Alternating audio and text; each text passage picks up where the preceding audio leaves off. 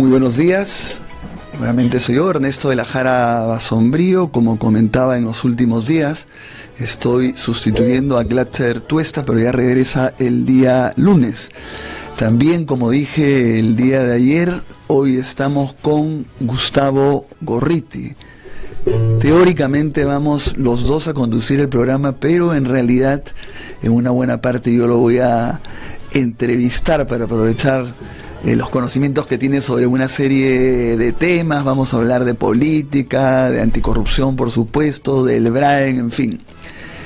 Como se suele decir, este es un programa muy interesante y quiero comenzar, como hace Glatzer, agradeciendo a todos los que nos escuchan, nos ven a través de Facebook, a través de RBC, a nuestros corresponsales, a los que nos ven desde fuera. Bueno, mucho que comentar. Gustavo, buenos días. Buenos días, Ernesto, ¿cómo estás? Sí. Lo primero es el voto de confianza, la investidura del día de ayer, que ha sido a altas alturas de la madrugada, que ha logrado el voto de confianza el gabinete Arauz. Y bueno, después de escuchar una recatafila de intervenciones, Gustavo, que realmente es un suplicio, yo digo, algo se debería hacer. Bueno, creo que no tiene sentido, cada congresista simplemente va con un guión, seguro algún asesor le ha escrito, entonces si habla de educación da 50.000 cifras, si habla de... Un asesor que seguramente ha tenido conmoción cerebral no resuelta. Claro, y era obvio que iba a tener el voto de confianza de la mayoría, salvo de Nuevo Perú y de Frente Amplio. Ese es lo que se sabía y así ha ocurrido. Lo que sí me parece es que ha vuelto a anunciar que va a pedir, ha vuelto a hablar de la revolución social. Nuevamente se ha acordado el gobierno que plantea una revolución social. Ojalá que la tercera vaya la vencida, ¿no? A la quinta, creo. Sí, ¿te suena convincente? ¿Mecha Arauz como revolucionaria? Así es. Vamos a ver, bueno, ha dicho que esta vez va a haber puentes, que hay un acercamiento, que hay muy buen ambiente. También hay que comentar que, como siempre, se esperaba, ¿no?, que se pidiera disculpas por lo que había dicho PPK, de que la comisión de Lavallato era un circo, por lo que... Las disculpas fueron a los circos, ¿verdad? A los circos, por supuesto, ¿no? Sí. Claro, pero ahí se enfrascaron, ya se sabía, pero estaba todo como por buen camino. Digamos, sí, pero a su manera, en el decir, si es que no se ha dicho exactamente que era un circo, si no se ha dicho las circunstancias que ocurrieron, pero si he ofendido a alguien, un poco el tono que se esperaba, ¿no? Sí. El tono que se esperaba. Y lo otro importante, Gustavo, es que se ha vuelto a pedir... que se va a pedir facultades extraordinarias en dos temas, el tema económico y el tema de todo lo que es prevención de desastres, ¿no? Evidentemente lo segundo creo que sí, pero primero, nuevamente se han adoptado un montón de medidas económicas, la primera oportunidad, y otra vez un poco demasiado, como se dice. ¿Qué piensas tú? Bueno, mira, en esto, no siendo yo, me parece que tú tampoco, expertos en el tema, y diría hasta cierto punto de vista felizmente, hay que decir algo.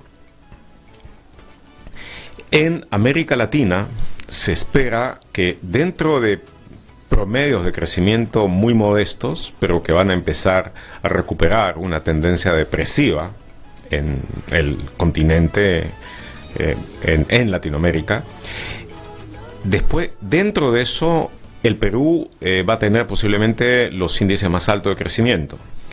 En esta ocasión, y a contraposición de lo que pasó hace algunos años, por debajo del promedio mundial, donde hay una tendencia hacia un crecimiento mayor, después también de varios años más bien depresivos. Entonces, dentro de eso, yo me imagino que el gobierno, cuya doctrina económica, cuya visión de las cosas está predicada esencialmente en buscar los términos generales de equilibrio y en tratar de lograr crecimiento sobre la base de la promoción de inversiones y el dar las condiciones mejores para que eso se produzca, que dentro de eso lo que van a buscar va a ser afinar esos aspectos. Dentro de ello, hay cosas que son ciertamente positivas. El crecimiento macroeconómico es siempre buenas noticias, claro, o casi siempre. Lo que tiene que verse también es qué significa eso en términos de políticas sociales y todo ello. Ese es el otro lado, el otro lado de la cuestión. Dentro del crecimiento, cómo se van a enfocar políticas sociales, derecho al consumidor, etcétera. Esos son los otros aspectos, pero era previsible que se iba a pedir lo necesario para aprovechar la térmica favorable que va a tener la economía peruana. Sí, bueno, acá también hay un elemento que hablan de un presidente, y en buena hora que sea así, que no sea un presidente lechero y no un presidente que nos traiga mala suerte. Porque... Por supuesto, como era en tiempos pasados, se comentaba de que la mala suerte de Manuel Prado era legendaria, ¿no? Sí. Visitaba Japón, un terremoto en Japón, en fin, ese tipo de cosas, pero no. Hasta este momento PPK sin duda es lechero. Claro que se habla, ¿no es cierto? Primero sacaron a Guzmán, que vamos a conversar ahora de eso. Bueno, fue un factor negativo, pero que a él lo ayudó, todo el tema de los huaicos, ¿no es cierto? Ahora el tema del fútbol, que está bien esperado, y ahora también lo que me refería era, Gustavo, digamos, a la subida de los precios de los minerales, que tampoco no estaba en agenda, como se decía, acabado el ciclo de las industrias extractivas porque los commodities han bajado, y de pronto... No, pero es que eso precisamente se dan ciclos, había terminado el ciclo de la baja, y ahí donde hay una presión de crecimiento económico, sobre todo en economías desarrolladas, cierto tipo de metales, entre los cuales el cobre, van a subir. Claro, pero ha tenido que ver con factores más, Estados Unidos, Corea, todo lo que ha ocurrido, cosas que no estaban como previstas, ¿no? Pero en fin, ha sido una buena posición. Eso es la política es la ciencia de prever la imprevisión. Sí, pues.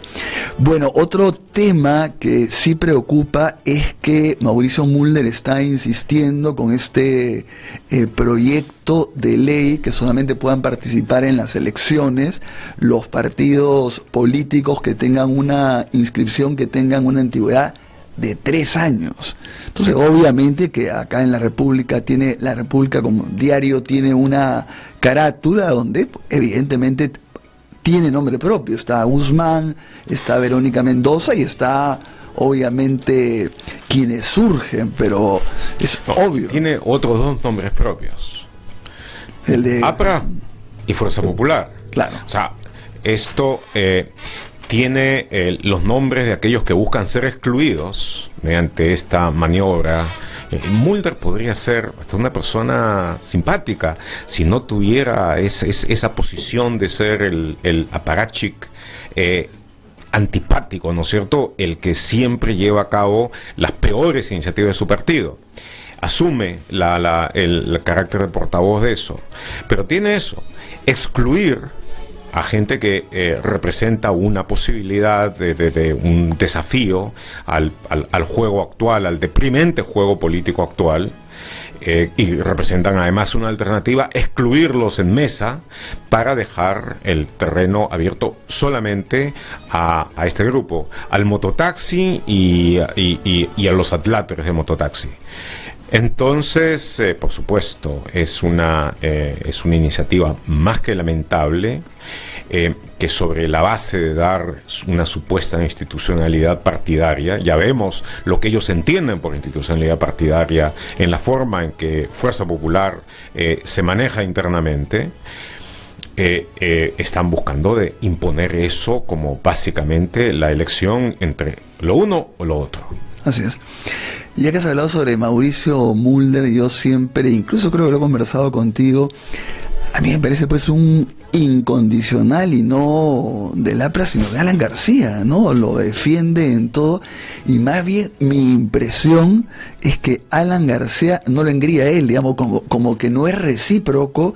Pongamos, nunca ha sido ministro, claro, es un súper buen congresista tenerlo ahí, pero como que no le ha dado cargos que podría haber tenido un rol político muy importante, porque si algo tiene Mulder es lo que ahora faltan operadores políticos, ¿no? O sea, ninguno de los otros partidos tiene un operador político tan bueno como... Pero es especializado en ser un operador político en el Congreso. Bueno, eso de espadachín.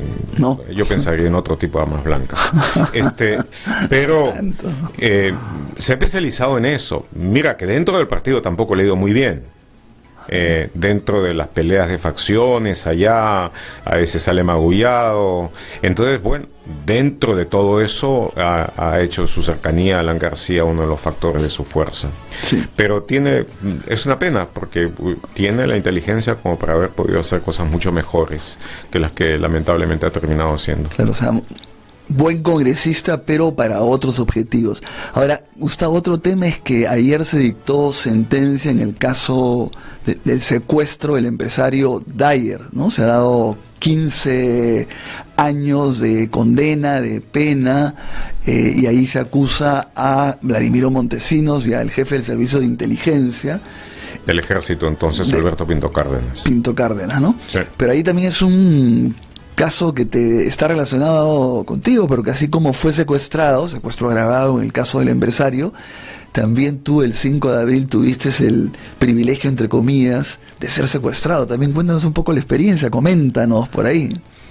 Digamos, he hablado sobre eso muchas veces. Ya muchas veces. Son dos casos diferentes. Dyer fue secuestrado del aeropuerto varios meses después, claro, cuando ya el golpe de Estado se había relativamente afianzado. Y del aeropuerto fue llevado y ahí sí fue sujeto a secuestro totalmente ilegal y con los agravantes que la sentencia ha especificado, ha detallado.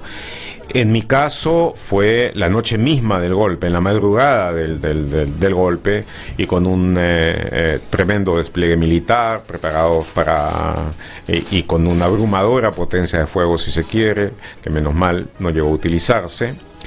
Entonces, lo mío fue relativamente más corto porque no le salió bien, por la intensa presión internacional.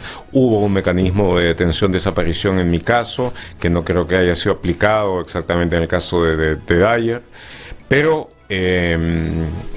la coincidencia es que ambos estuvimos recluidos en el mismo espacio, el Servicio de Inteligencia del Ejército, cuando estaba bajo el mando del entonces coronel Alberto Pinto Cárdenas.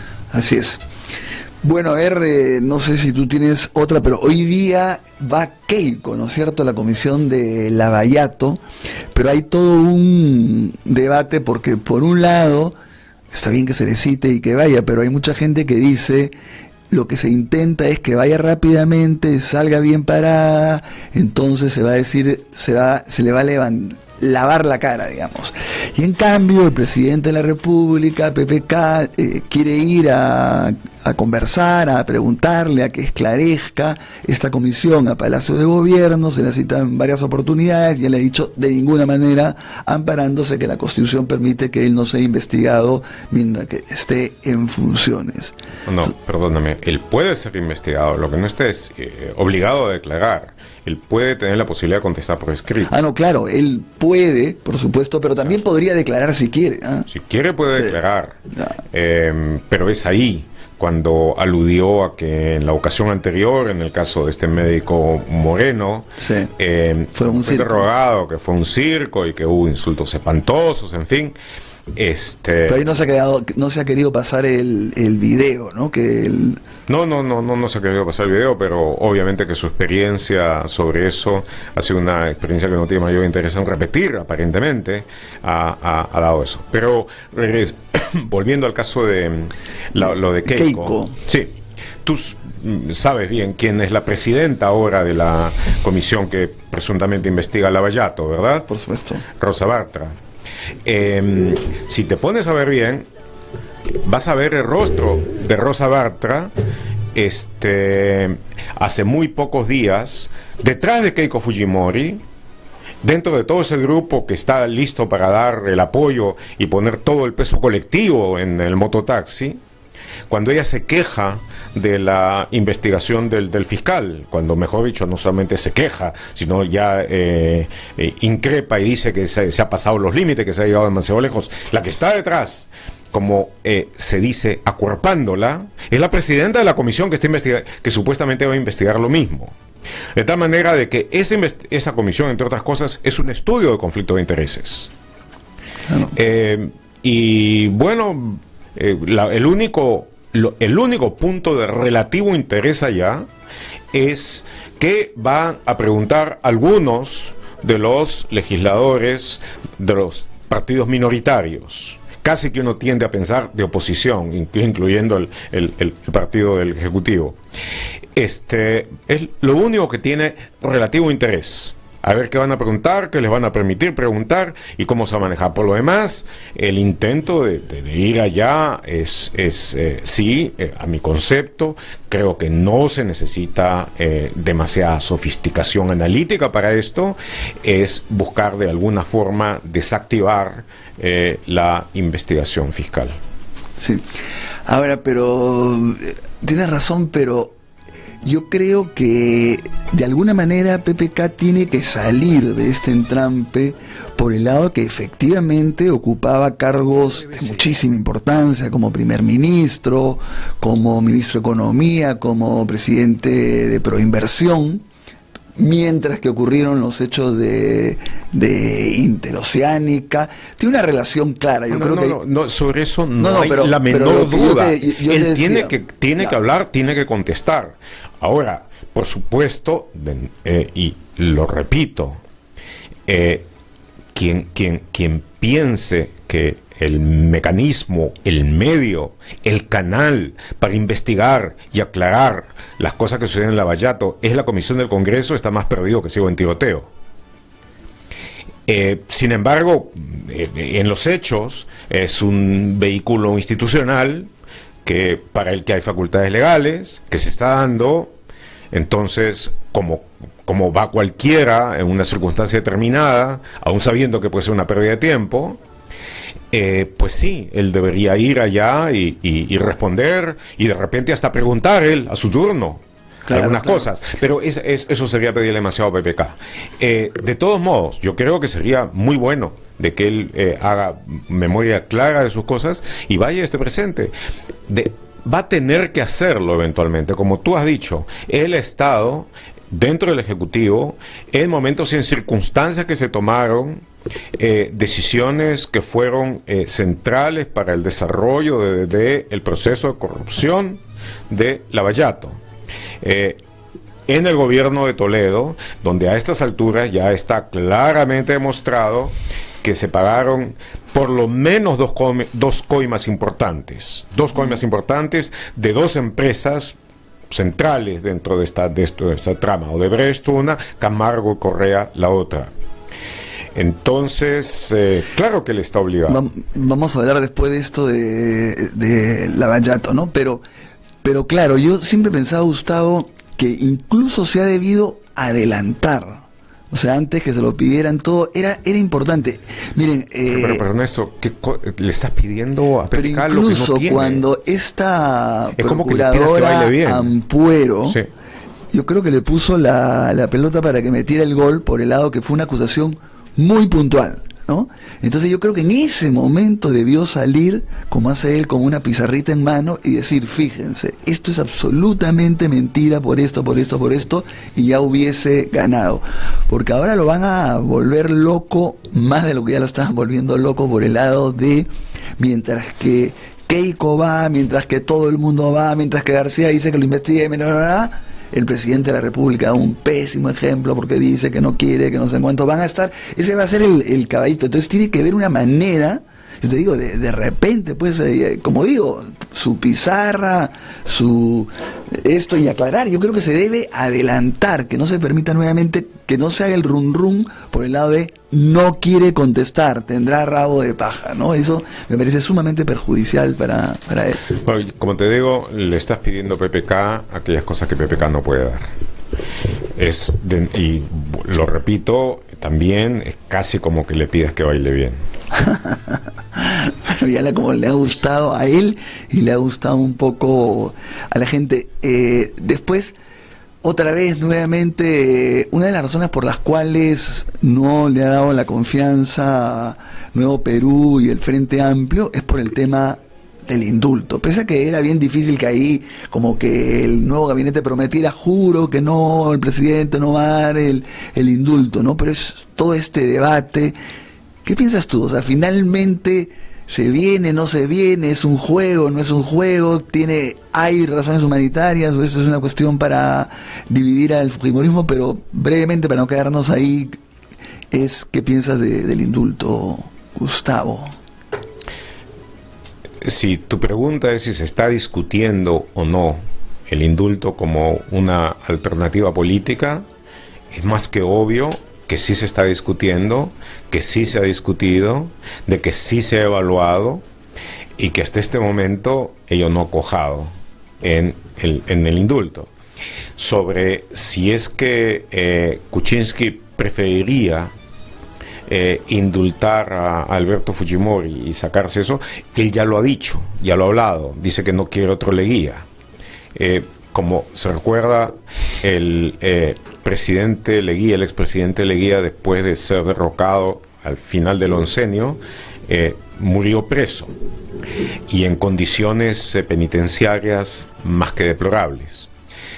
Pero lo que no se da en este caso.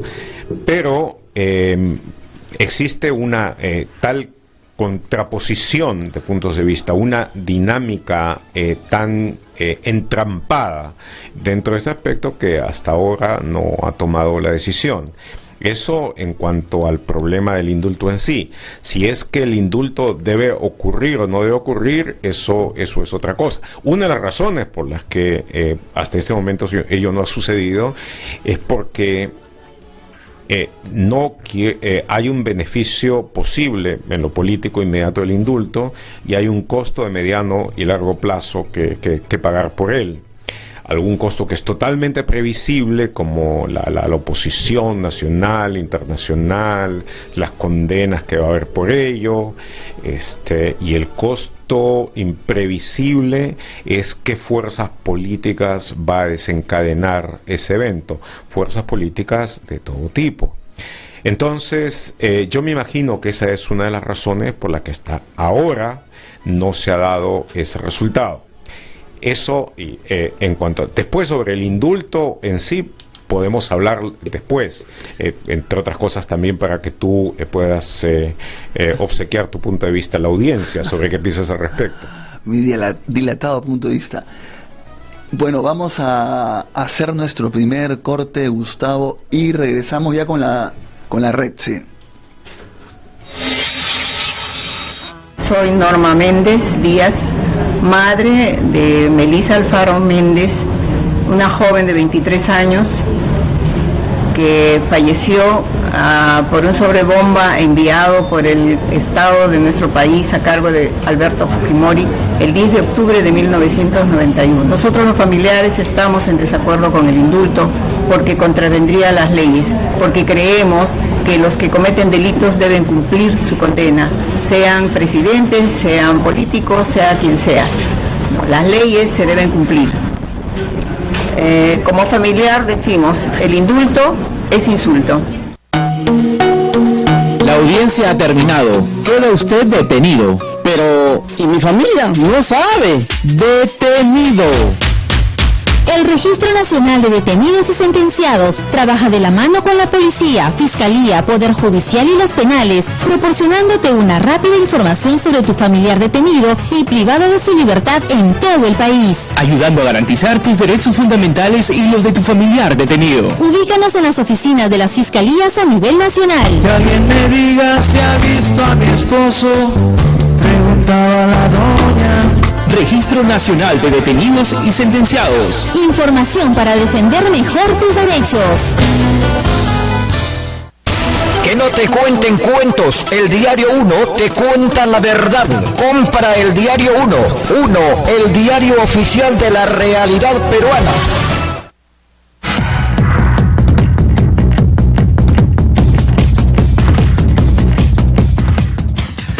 Bueno, comenzamos con Tumbes y ahí está José Paul Rioja.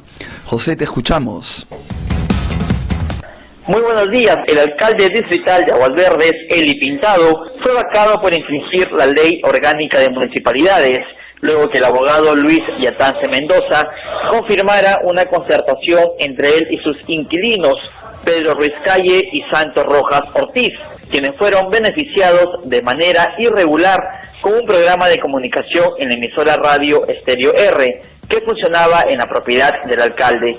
Ante ello, el teniente alcalde Wilder Moretesen juramentó como nuevo alcalde y aseguró que hará purga de funcionarios.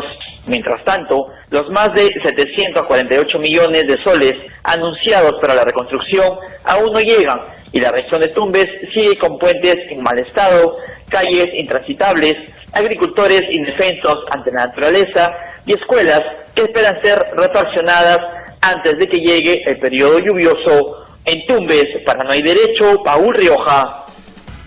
Muchas gracias. No, como siempre ya se comenta, deberíamos tener penales para presidentes, penales para gobernadores regionales, creo que hay que agregar también penales para alcaldes provinciales, penales para alcaldes distritales, porque todas las noticias que se leen es también un acto de corrupción vinculado a los alcaldes. Bueno, nos vamos hasta Puno con Percy Ubaraya. Percy, a ver tu reporte. Buen día, Ernesto. Esta es la información IDL desde Puno. Para el próximo 19 de octubre a las 10 de la mañana en el distrito de Coata, provincia de Puno, se tiene previsto instalar la mesa técnica para el análisis de las alternativas del tratamiento de las aguas residuales domésticas de la cuenca del lago Titicaca. Es necesario indicar que este acuerdo se dio tras la reunión efectuada entre los representantes de la Presidencia del Consejo de Ministros, Ministerio del Ambiente, Ministerio de Vivienda con las autoridades y dirigentes del Frente de Defensa del Río Coata y del Frente de Defensa de Chilla, el pasado 6 de octubre en la ciudad de Lima. Cabe indicar que los dirigentes del Frente de Defensa del Río Coata para esta mesa técnica solicitan la presencia de los diversos representantes de la PCM involucrados en esta problemática, además de la presencia de los 5 congresistas representantes por la región de Puno. Desde Puno informó Percy Guaraya Mestas. Muchas gracias, Percy. Bueno, nos vamos ahora a Huancayo con Efraín Rojas. Efraín, te escuchamos. Buenos días, Ernesto. En la ciudad de Huancayo continúan las marchas y paralizaciones por parte del sector de trabajadores del Ministerio Público que están pidiendo ser escuchados por el gobierno central. Ellos acatan una huelga indefinida a nivel nacional. Hace unos instantes arribaron hacia el gobierno regional solicitando la intermediación de los funcionarios y del mismo gobernador de la región a efectos de que se haga una comitiva para poder resolver estos graves problemas que afectan a estos trabajadores. César Ureta, dirigente de la región Junín, ha señalado de que tienen una plataforma respecto de lo que no fueron oídos y van a continuar hasta que se consiga que sean escuchados. Desde Huancayo, Efraín Rojas para IDL Radio. Claro, esa es una huelga no de los fiscales, sino de los trabajadores del Ministerio Público, ¿no? Que suele haber en el Ministerio Público y también en el Poder Judicial. Bueno, hacemos un nuevo corte y regresamos. Soy Reida Cóndor, madre de Armando Amaro Cóndor. Mi hijo estudiaba en la Universidad La Cantuta. Fue secuestrado el 18 de julio de 1992. Fue secuestrado por Grupo Colina, por mandato de Fujimori. El indulto es un insulto para nosotros. Aquí lo que tenemos claro en el programa No Hay Derecho es que nos debemos a ustedes que gentilmente nos siguen todos los días. Y tenemos una gran y primera responsabilidad: defender y promover el sistema democrático. Y cuando la democracia esté en riesgo, los periodistas no podemos ponernos de perfil. Tenemos que ayudar a protegerla.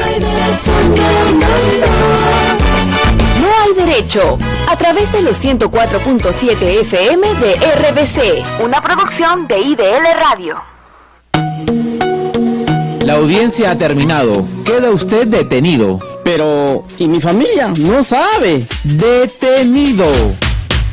El Registro Nacional de Detenidos y Sentenciados trabaja de la mano con la policía, fiscalía, poder judicial y los penales, proporcionándote una rápida información sobre tu familiar detenido y privado de su libertad en todo el país. Ayudando a garantizar tus derechos fundamentales y los de tu familiar detenido. Ubícanos en las oficinas de las fiscalías a nivel nacional. Que alguien me diga si ha visto a mi esposo, preguntaba la doña. Registro Nacional de Detenidos y Sentenciados. Información para defender mejor tus derechos. Que no te cuenten cuentos, el Diario 1 te cuenta la verdad. Compra el Diario 1, el diario oficial de la realidad peruana. RBC 104.7, la otra forma de vivir.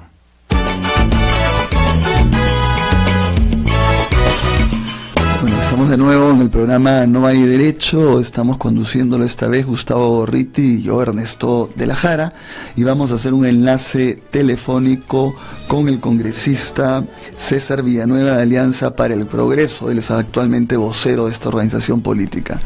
Congresista Villanueva, muy buenos días, gracias por contestarnos. No, gracias a ti por la invitación, Ernesto. Sí. Bueno, unos comentarios de lo que ha sido pues esta sesión, para variar, maratónica, para el voto de confianza del nuevo gabinete presidido por Mercedes Arauz. ¿Cuáles son sus impresiones? ¿No? Ha salido airosa. ¿Qué diría usted de lo que ha sucedido? Bueno, las visitas que inicialmente hizo Mercedes Arauz a todas las bancadas fue un buen inicio, con un buen gesto político que abrió un poco las puertas y distendió un poco el momento político. Ahí cada bancada tuvo la oportunidad de conversar con mayor tranquilidad sobre los temas que se consideraban prioritarios. Y en esa etapa creo que empezó a mostrarse como una ministra o una primera ministra que tendría el signo dialogante, que en política es sumamente valioso. De tal manera de que eso es uno de los puntos. Segundo, si uno hace la evaluación política no solamente del momento, sino de los acontecimientos que dieron lugar a este cambio de gabinete, encuentras un momento en que no darle la confianza a un segundo gabinete representaba una posición bastante difícil, tanto para el Ejecutivo como para el mismo Congreso. Claro. Y acuérdense ustedes que hasta esos momentos se hablaba incluso de la posibilidad de que un segundo tema de rechazo a la confianza podría implicar incluso cierre del Congreso. Entonces congresista, sí, pero sí, perdón. Claro, usted dice, reitera, levanta que es una primer ministra dialogante, pero Zavala también lo fue, ¿no? Se acercó mucho al Congreso, a los diferentes grupos, y sin embargo acabó como acabó. ¿Por qué cree que esta vez va a ser diferente? RBC. Bueno, esperemos que sea diferente. Yo no puedo asegurar tanto, pero por lo menos los primeros pasos que dio han marcado esa posibilidad. Esperemos que sea así, porque no hay otra alternativa de buscar puntos de coincidencia más allá de la diferencia que se pueda tener para mantener la gobernabilidad, una estabilidad política que es urgente en el país, porque estos enfrentamientos que se han dado sencillamente ha puesto a la población en una situación de váyanse todos, ¿no? Claro. Entonces hay la necesidad de buscar esos puntos de equilibrio de ambas partes. Y se viene, como nos ha vuelto a reiterar, la revolución social. Bueno, yo creo que el tema del nombre de revolución social es mucho decir. Lo que quisiera es que por lo menos los temas que dejaron de hacer en el gabinete Zavala o aquellos que quedaron en las dudas pueda empezarse, ¿no? Uno es el tema de empezar a trabajar sobre un proceso de recuperación económica, que hay algunos visos de posibilidades de darse en relación a la situación externa del mercado, especialmente de aquello que es la base de la economía nacional, que es el tema de la minería. Sí. Y hay otros aspectos que podrían ayudar internamente, como la inversión que se tiene que hacer, por ejemplo, rápida, pero con la eficiencia del caso, en el caso de la reconstrucción del norte, por la afectación del Niño. Ojalá que se empezara a ver el tema del aeropuerto de Chinchero, que tanto problema trajo, pero que se necesita también para levantar una economía por delante, etcétera, ¿no? Ahora está claro entonces que le van a dar estas facultades legislativas en materia económica.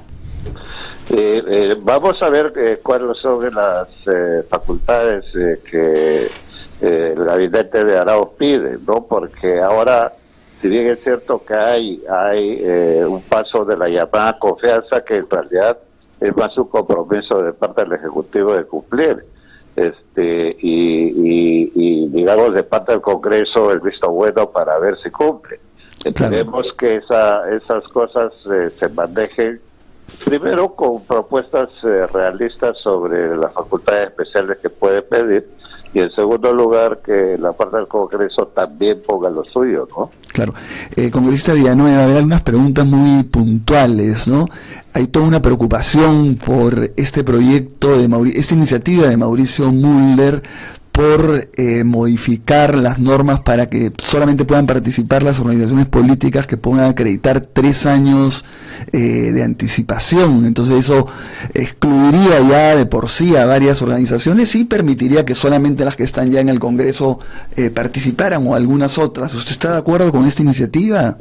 No, personalmente no es un tema que lo hemos discutido tampoco en bancada, pero en mi opinión personal eso no tiene sentido cerrar las puertas a aquellas organizaciones que ya estaban en camino de buscar regularizar y formalizarse. Sí, esa situación se puede dar sobre pretexto de reforzar o mejorar a las organizaciones políticas. No es una buena forma, porque partidos que ya tienen más de 50 años son los que están en crisis, ¿no? Claro. Lo que se necesita es, hay organizaciones que están en camino a eso, que lo culminen y pueden tener derecho a participación, y más adelante, con la anticipación adecuada, se puede decir, bueno, vamos a poner algunos límites para el reconocimiento de estas organizaciones, pero eso es a futuro, porque creen que también pueden mejorar la calidad del Congreso o de los candidatos o de las autoridades elegidas, señalando que necesitan un mínimo de 3 años de antigüedad de hacer partido. Por supuesto. Bueno, eso no te garantiza mucho, que digamos, ¿no? Congresista Villanueva, la última, a ver, ¿qué se va a hacer con esta congresista García, ¿no? Que ha tenido palabras infelices realmente frente al tema de que de alguna manera es la mujer la que tiene cierta responsabilidad, o la responsabilidad de estas violencias porque saca de cuadro? No puede permitirse que continúe ni un minuto más, ¿no es cierto?, siendo presidenta de esta comisión de la mujer y de la familia, ¿no? ¿No le parece? Bueno, todas las mujeres del Perú deberían decir, comadre, no me defiendas, ¿no? Con esa manera.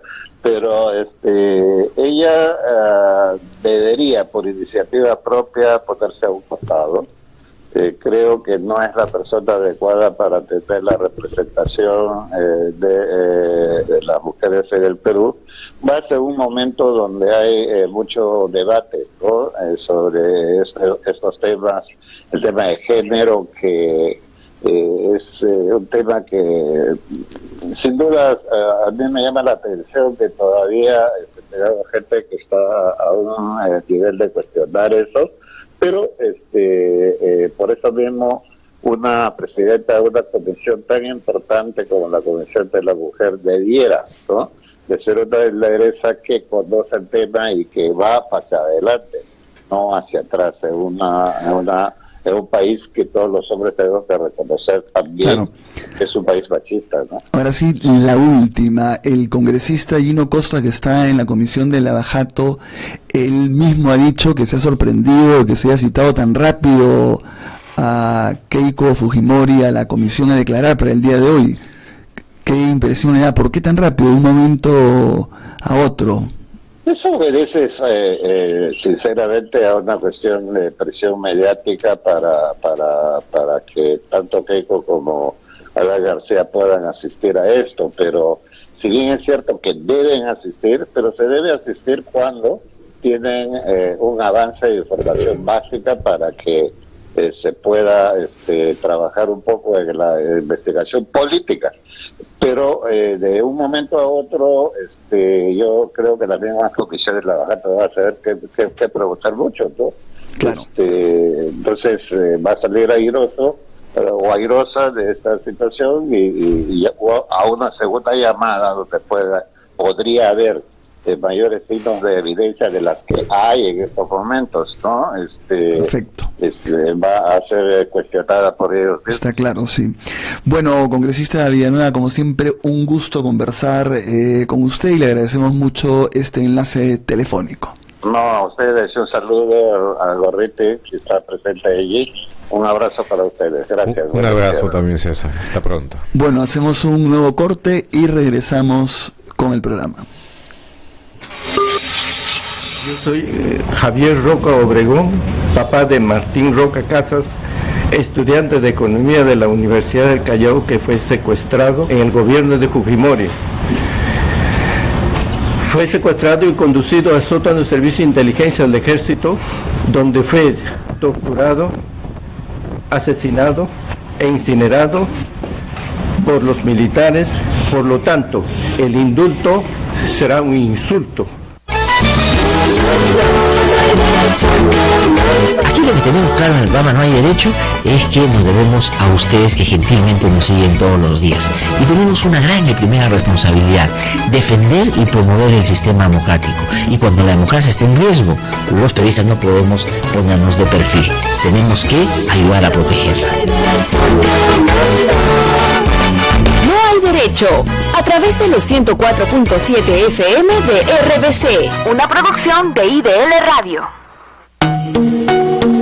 La audiencia ha terminado. Queda usted detenido. Pero, ¿y mi familia? No sabe. Detenido.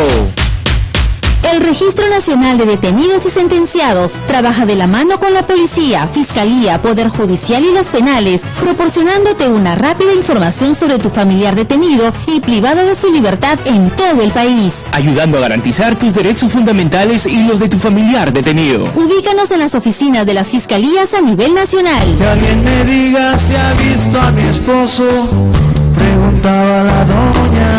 Registro Nacional de Detenidos y Sentenciados. Información para defender mejor tus derechos. Que no te cuenten cuentos, el Diario 1 te cuenta la verdad.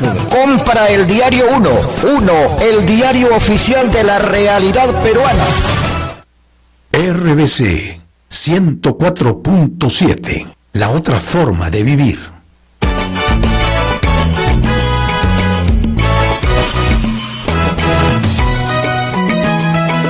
Bueno, continuamos con el programa No hay derecho y ahora vamos a conversar con Gustavo Gorriti, que está conduciendo el programa conmigo, pero vamos a aprovechar su presencia para preguntarle sobre una serie de temas que él sigue muy de cerca. El primero, evidentemente, anticorrupción, todo el caso de Lavajato, porque él fue uno de los primeros, o tal vez el primero, que comenzó haciendo esta investigación. Bueno, yo además digo, muchos de ustedes lo deben hacer, leer IDL Reporteros. En una, no sé si es la última, una de las últimas, Gustavo, tú dices que te preguntas, ¿no? ¿Cuánto se ha avanzado en este caso, tanto en América Latina como en el Perú? Y tú agarras y dices un poco más de la mitad, ¿no es cierto? Un poco más de la mitad solo que de repente lo que falta puede ser más rápido, más veloz. A ver, explícanos cuáles son tus fundamentos de que se haya avanzado tanto que después va a ser más rápido. ¿Cuál es tu evaluación sobre lo que se ha avanzado? A ver, en primer lugar, como sabes, Ernesto, IDL Reporteros organizó una red latinoamericana de periodistas de investigación abocados al caso Lavallato, en el entendido de que era el caso más importante de corrupción organizada, de corrupción público-privada en básicamente la historia de América Latina. Quizá no en términos de cantidades de dinero robado, porque creo que eso es una competencia muy difícil, pero en términos de la propia estructura, de lo que de su extensión, de cuán extensa, para repetir esto, fue la infiltración en gobiernos, cuántas empresas tuvo, qué formas de actuación tuvieron los carteles dedicados a los carteles, sobre todo de construcción brasileños, dedicados a eso, el grado y el rango de complicidades nacionales en cada país. De esta manera que es un caso que cubrió virtualmente toda América Latina. También ha tenido alguna presencia en Estados Unidos y ciertamente en África. Entonces, para poderle hacer frente adecuadamente, buscamos de poder organizar una red latinoamericana que fuera lo suficientemente grande como para poder cubrir los países fundamentales, pero a la vez lo suficientemente pequeña como para poder garantizar una eficiencia operativa. Y no hicimos una red de medios, sino una red con periodistas de investigación de primera. Entonces, bueno, lo que está... ¿Por qué me parece que se ha llegado más o menos a la mitad de todo esto? Primero porque en Brasil el nivel de avance que hubo con las delaciones premiadas, con esta especie de avalancha de delaciones premiadas que se dio a partir del momento en el que primero algunos ejecutivos altos de Camargo Correa y la UTC empezaron a cooperar, pero que tuvo un momento decisivo cuando Odebrecht, que había encabezado a los negacionistas, a los que resistían contra todo e intentaban encubrir por la vía radical esto, que no había pasado nada, de que todas las acusaciones eran falsas, en fin, ante el peso abrumador de la evidencia, sintiéndose rodeada y viendo la perspectiva de que los presidentes topes, los ejecutivos topes, de la empresa, los Odebrecht y varios otros que estaban con ellos pasaran largos años en prisión, finalmente decidieron capitular.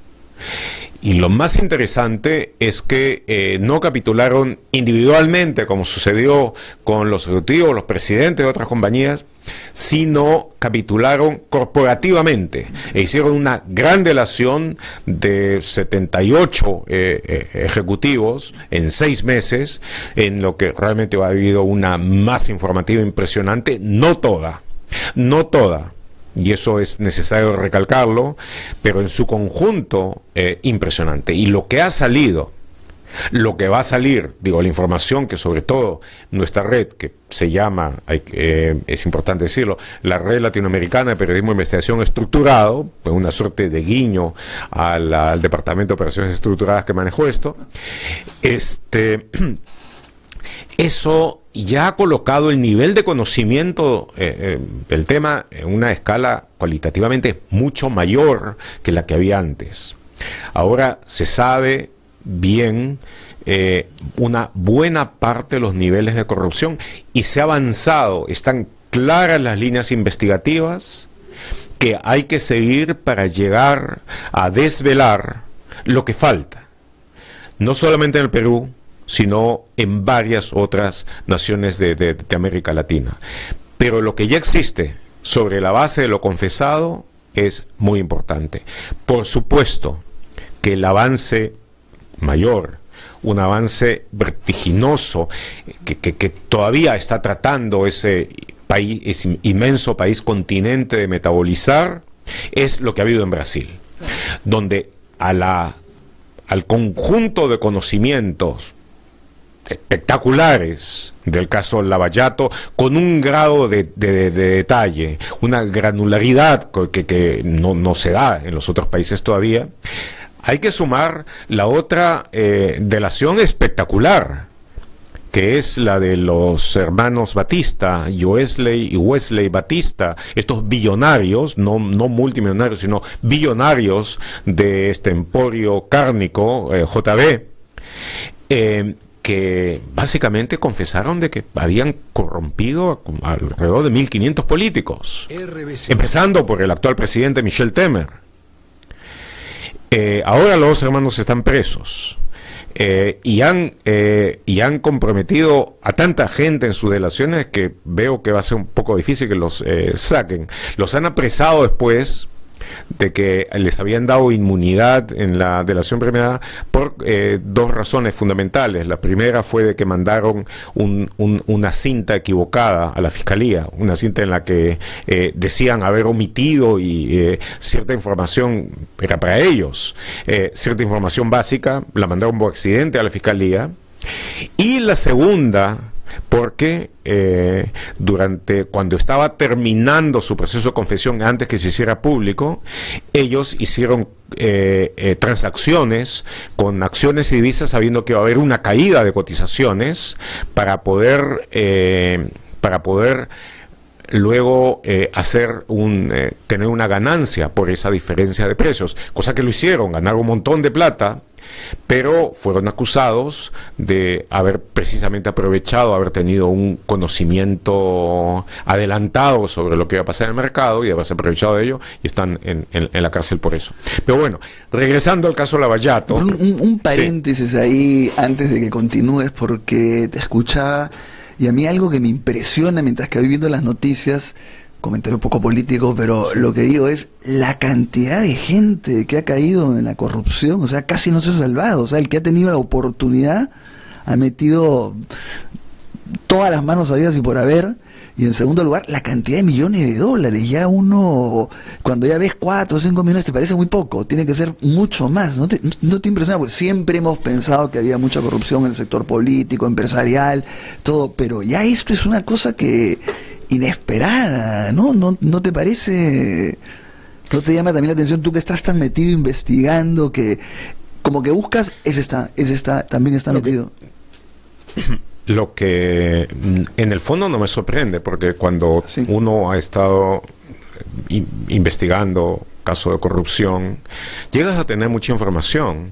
El único problema es que la mayor parte de esa información es inteligencia, no evidencia. Y tú no puedes publicar aquello sobre lo que no existe una evidencia. Pero la inmensa oportunidad histórica que ha dado el caso Lavallato es que precisamente hubo una organización empresarial para sistematizar, mejorar, optimizar el proceso de corrupción para poder a su turno también obtener un mayor lucro. Como ya está claro y que eso ha quedado bien definido, las empresas brasileñas estimaron que por cada dólar que ellos invertían en coimas ganaban 4. De tal manera de que coimear era, en términos generales, un excelente negocio. Ahora, otra cosa que ha servido esto para percatarse es, sobre todo en términos de la corrupción público-privada, al tener, digamos, al ejercer acciones corruptas que dieran la licitación, la buena pro a quienes habían pagado las coimas, es cómo se sistematizan los porcentajes. En algunos aspectos resultan algo más bajos de lo que algunos teóricos suponían. Por ejemplo, en la mayor parte de los casos, el porcentaje de corrupción sobre una obra determinada era del 3%. El 3%, eso, pero a la hora que hablas de cientos de millones de dólares, por supuesto, es muchísimo dinero.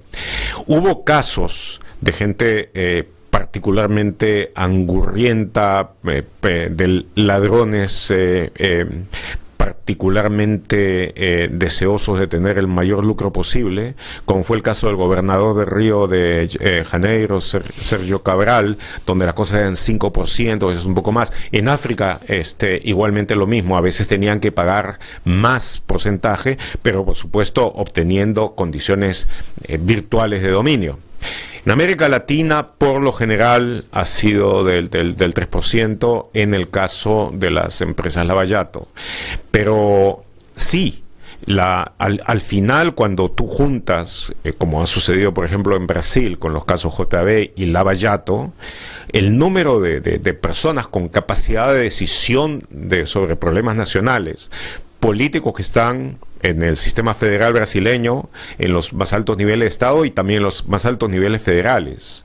El porcentaje de corruptos es abrumador, Entonces, ahí tú tienes... Tocano en la puerta, aceptaron. Sí, ahí tú tienes en gran parte la respuesta que hay a algunos de los problemas asociados con las crisis permanentes de gobierno y desarrollo que vive América Latina.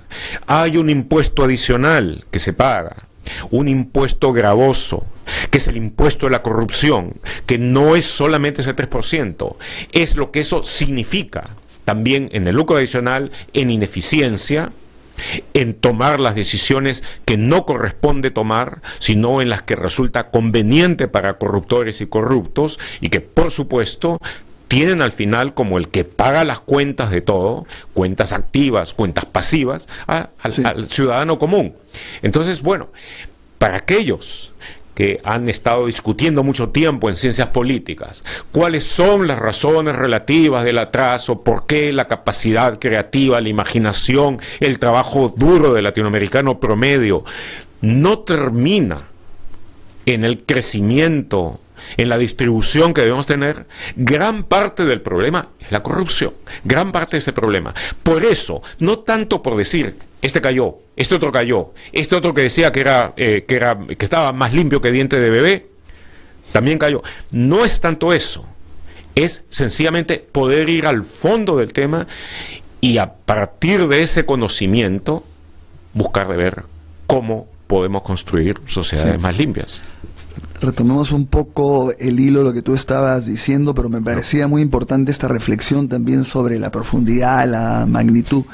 Pero a ver, has explicado un poco lo de América Latina, en Brasil, cómo se ha avanzado, pero en el caso peruano también estamos como más allá de la mitad. ¿Se ha avanzado tanto? A mí me da la impresión que no tanto como Brasil. Bueno, depende de dónde veas. Yo lo veo desde el punto de vista de la investigación que ha hecho IDL Reporteros, que está haciendo IDL Reporteros en conjunto con la red. Y yo creo que tenemos el conocimiento en este momento, no todo cuyo conocimiento es ahora publicable todavía, porque de nuevo te digo, hay un camino que recorrer entre la inteligencia, o sea, el conocimiento que tú tienes y de acuerdo con la experiencia, con la validez de fuentes y todo, asumes como básicamente correcto respecto de la evidencia con la que puedes probarlo. Para mí está bastante claro de que en cuanto a los objetivos estratégicos de la investigación, poder determinar a lo largo de la existencia de este proceso de Lavallato, es decir, que quiere decir no el caso solo, sino los eventos de corrupción que la penetración, la conquista del mercado por parte de un conjunto de grandes constructoras con sus socios nacionales supuso a quienes corrompieron, por cuánto corrompieron, para lograr qué y en qué momento. Yo creo de que en ese aspecto sí ya hemos claramente pasado la mitad. Yo creo claramente que...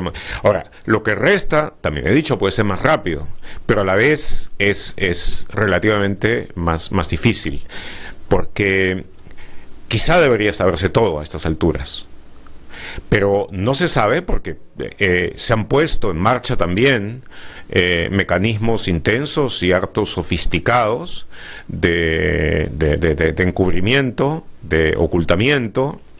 No todas las delaciones han sido completamente sinceras, no todas las delaciones han cubierto todo el campo, Pero entonces...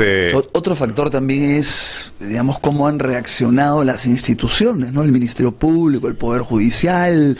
También es, pero es una reacción que ha sido deficiente, pero se esperaba que lo fuera. Porque no son... ¿Tú consideras que ha sido eficiente? Antes era más crítico el Ministerio Público. Acabo de decir de que no se esperaba que fuera eficiente. Y acabo de decir de que no ha sido eficiente. Está claro que no lo ha sido. No. Y no tengo la menor razón para haber cambiado del punto de vista que tenía entonces. Creo que ha habido, en merced a la presión de los acontecimientos, creo que ha habido algunos cambios de cierta importancia,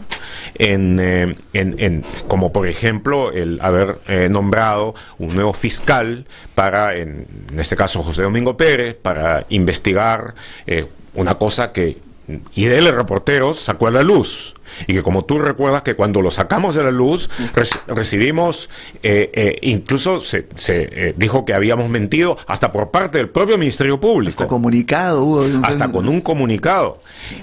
Y que cuando nos reafirmamos en que eso era cierto, y es más, sacamos después... por supuesto en primicia, como ha sido casi todo, aquella nota que estaba en el celular de Marcelo Odebrecht, de darle 500 más a Keiko y hacerle una visita, hacer visita, entonces también se dijo de que ignoraban totalmente que eso existiera. Bueno, ahora ya está muy claro de que eso existe, de que eso ha sido proporcionado ya oficialmente. Yo no sé por qué no había sido antes, por parte de las autoridades brasileñas, de que además está absolutamente claro, porque ya llegó la transcripción total, la transcripción oficial de lo que Marcelo Odebrecht declaró, y en esa declaración dice clara, explícita, inequívocamente, de que cuando Barata reculó, no estaba contento del pedido del PT a través de Odebrecht de darle $3 millones a la campaña Ollantumala el 2011, Marcelo Odebrecht le dijo: esa es mi cuenta con el PT, tú dale más a Keiko. O sea, más de los 3 millones. Y que después dijo perdón, después en esa misma diligencia dijo: estoy seguro de que hemos apoyado a Keiko Fujimori y muy probablemente al APRA. Esas son sus palabras. Entonces, ahora eso está muy claro. Sobre la base de esa evidencia, negada en mayo, negada en junio y admitida, ahora sí, en toda la banda, de un lado al otro, en los meses posteriores, es de que se ha nombrado a nuevos fiscales para que lleven adelante esta investigación. Entonces, eso es uno. Lo otro, también que tiene importancia, es el hecho de que finalmente se haya llevado a cabo la delación premiada, colaboración eficaz de Joseph Maiman, que tiene que puede ser un aspecto decisivo respecto al caso de Toledo en Lavallato. Y entonces realmente no es poco lo que se ha avanzado, no es poco lo que se ha avanzado. Yo lo que te iba a preguntar es, incluso me iba a saltear a ellos en el caso de Toledo y de Humala, ¿no? Pero quería centrarme un poco en Alan García y en Keiko. O sea, ¿qué se ha avanzado? ¿Qué hay ahí? ¿Cómo hay una resistencia de alguna manera a avanzar más rápido también, ¿no?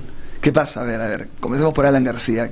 ¿Que ya se ha agarrado alguna gente vinculada a Alan García? Pero indudablemente que tendrían que haber tenido una autorización de alguien mayor para poder actuar, pero hasta ahora, digamos, no hay una cosa concreta de la cual se le pueda... No es que no haya, él niega, él dice, pero ¿tú qué dirías? Yo recomiendo leer mucho la investigación que Romina Mela publicó hace poco sobre la primera parte sobre el caso del metro, del metro en Lima, y la que acaba de publicar anoche, que es la segunda parte, donde por primera vez está el video de Barata confesando. O sea, es una primicia absoluta. Está el video en el que Barata confiesa. Y también las contradicciones de la confesión del propio Barata en aspectos tan importantes como la complicidad o no de sus consorciados, sus socios peruanos, en este caso específicamente Graña y Montero. Entonces, lo que está muy claro cuando se examina puntualmente la evidencia, y ahora se va a ver toda la evidencia, ya la tenemos publicada en las cosas fundamentales, de que hay contradicciones en las confesiones que son claramente incompletas, que son claramente limitadas. Primero, tenemos lo que hemos podido estudiar en Brasil, en Perú, en todos esos lados, es que normalmente el promedio, como he dicho, de los sobornos era del 3%. Un poquito más, poquito menos, en algunos casos, pero ahí va el promedio. En el caso del metro, lo que se ha denunciado hasta ahora, lo que se le pagó a Cuba, a Luyo y a todo el resto de cosas, es el 0.8%. ¿Okay? Entonces, ¿dónde está el 2.2% restante o cantidades parecidas? 1, 2. Cuba decidía eso. Cuba, que era viceministro ni siquiera de Transportes, de Comunicaciones, nombrado entonces. ¿Él iba a decir eso? Cuando Barata tenía el ingreso franco abierto a Palacio de Gobierno en cualquier momento, cuando, como él mismo lo ha dicho, esa era la obra central para García, el metro, claro, por las razones históricas que él mismo dice en su confesión, cuando él tenía la relación estrechísima con los Nava, cuando tenía la relación estrechísima con García, a él, un viceministro de Comunicaciones, le iba a condicionar la cuestión de transportes, sobre todo después de que habían fallado 2 esquemas previos de concesión. Suena realmente ni siquiera mínimamente creíble, no creíble del todo. Entonces, claro, mientras lo dice ahí, los fiscales brasileños no tienen por qué saber nada de eso, pero está claro, está clarísimo de que eso es algo sobre lo que Barata tiene que volver a hablar. Y también hay una contradicción ahí sobre si es que la gente de Graña y Montero sabía o no sabía lo de sabía o no sabía lo de las coimas, porque en un momento él dice que no y en otro momento dice que sí.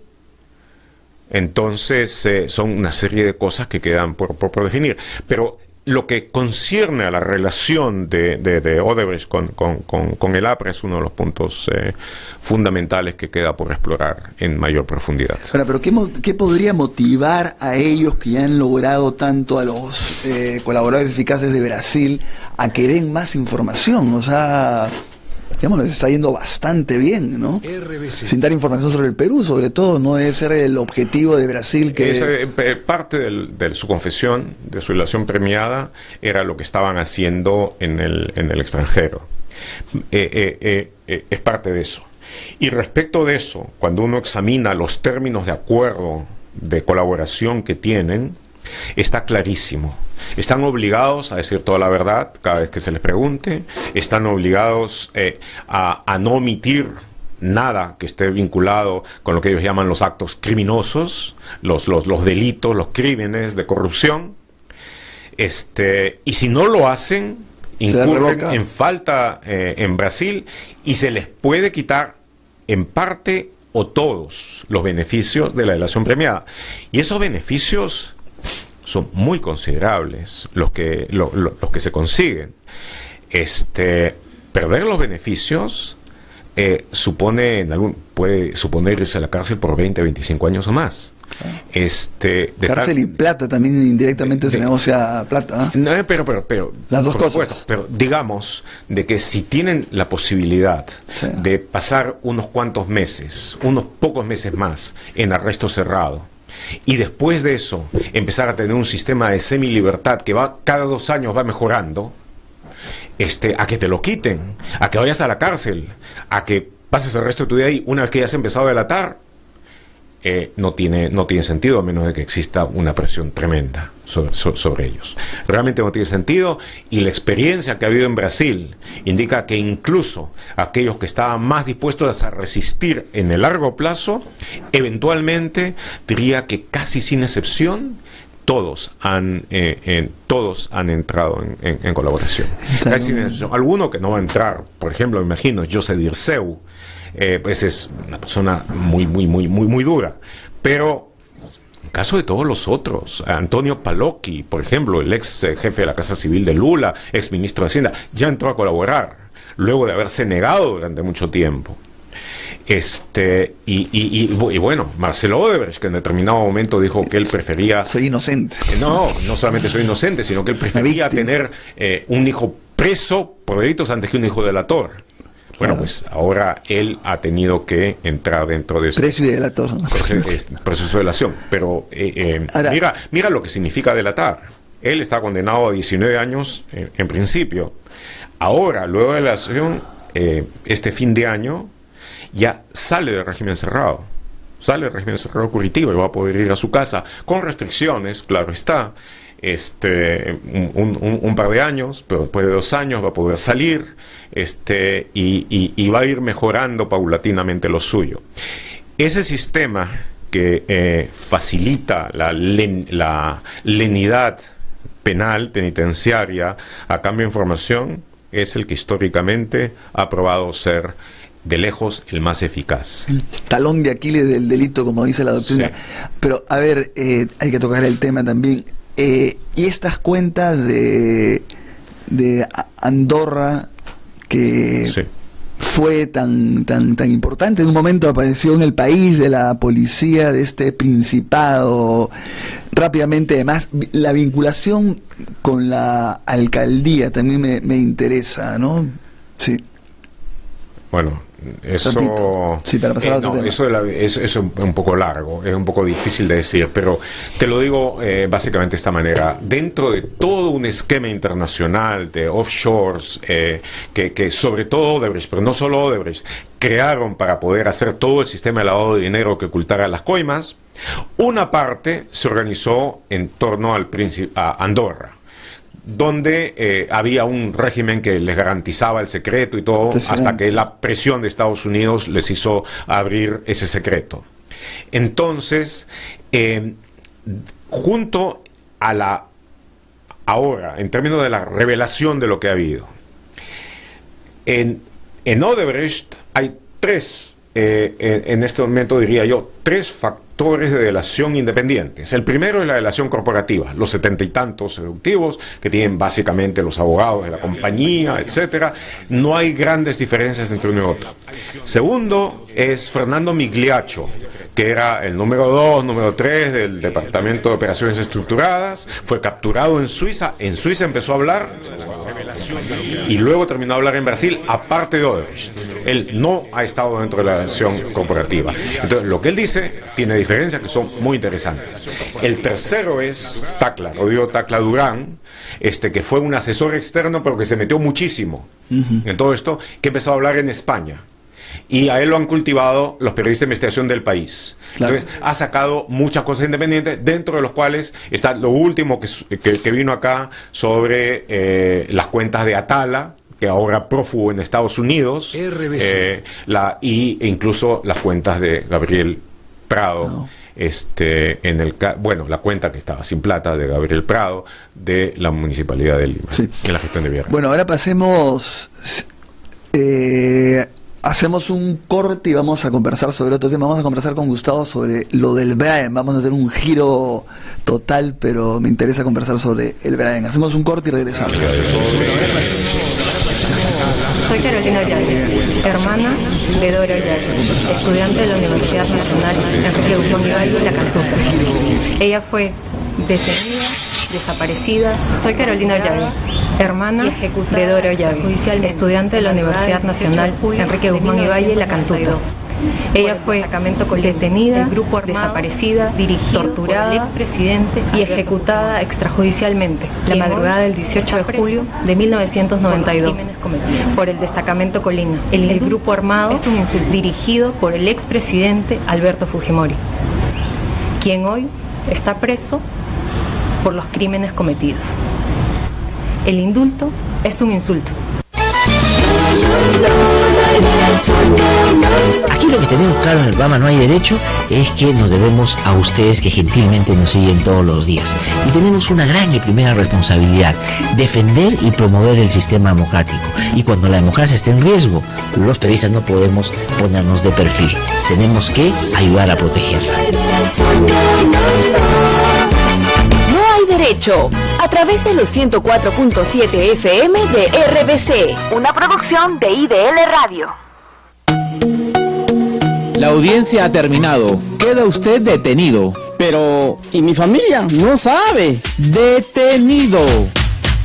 El Registro Nacional de Detenidos y Sentenciados trabaja de la mano con la policía, fiscalía, poder judicial y los penales, proporcionándote una rápida información sobre tu familiar detenido y privado de su libertad en todo el país. Ayudando a garantizar tus derechos fundamentales y los de tu familiar detenido. Ubícanos en las oficinas de las fiscalías a nivel nacional. Que alguien me diga si ha visto a mi esposo, preguntaba la doña. Registro Nacional de Detenidos y Sentenciados. Información para defender mejor tus derechos. Que no te cuenten cuentos, el Diario 1 te cuenta la verdad. Compra el Diario 1, el diario oficial de la realidad peruana. RBC 104.7, la otra forma de vivir.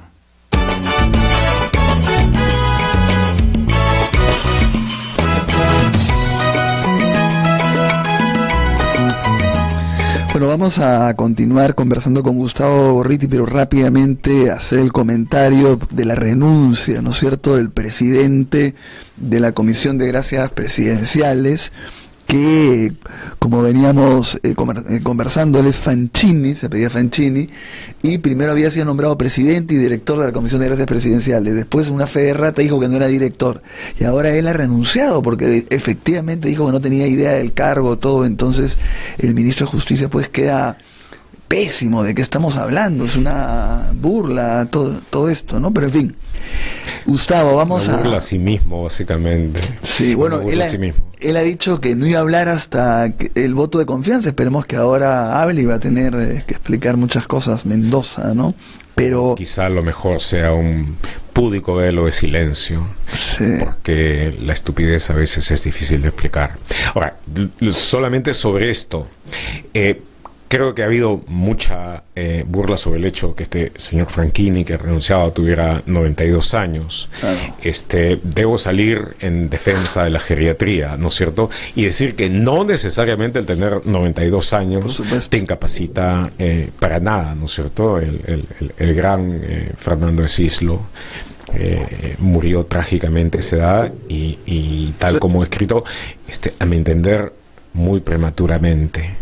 Era una persona que estaba en plena producción, en magnífico estado de lucidez, un brillante estado de lucidez.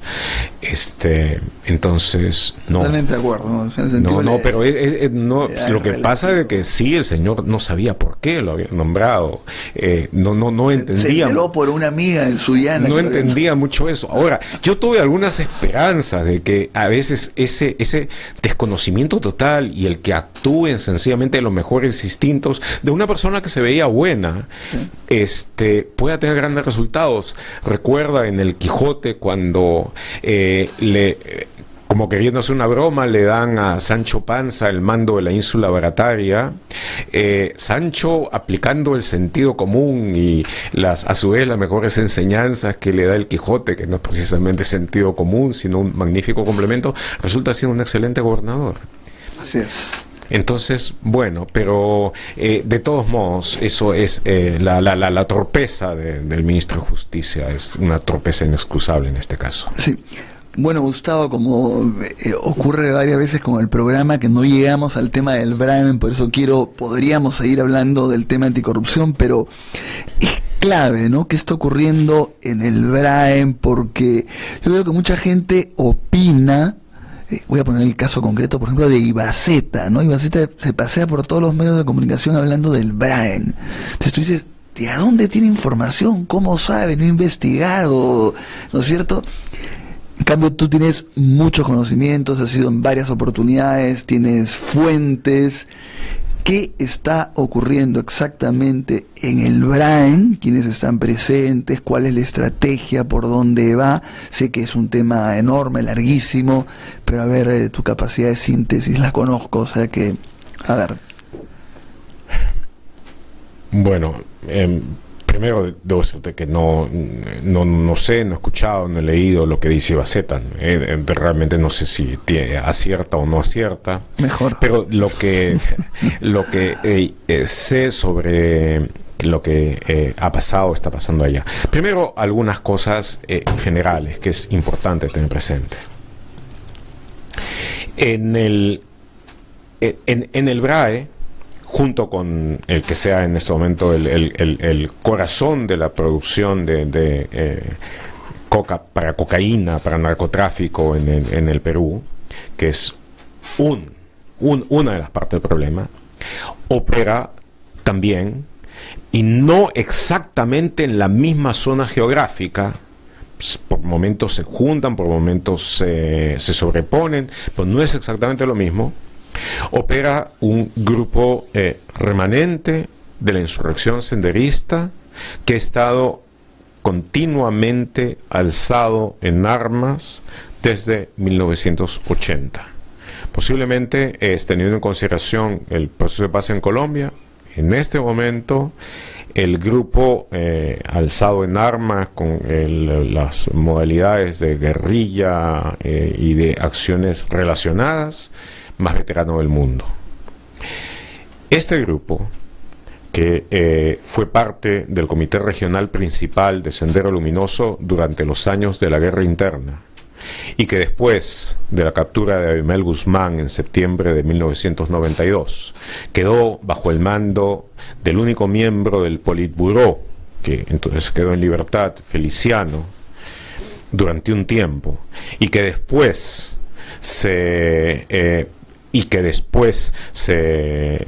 cuando Guzmán hizo la propuesta del acuerdo de paz el año siguiente, rompió con Guzmán hasta ser capturado.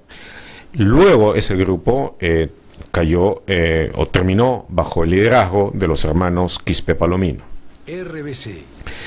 Y ese grupo rompió totalmente con Feliciano, a quien acusaron de todo tipo de excesos, y con Guzmán, y especialmente con Guzmán.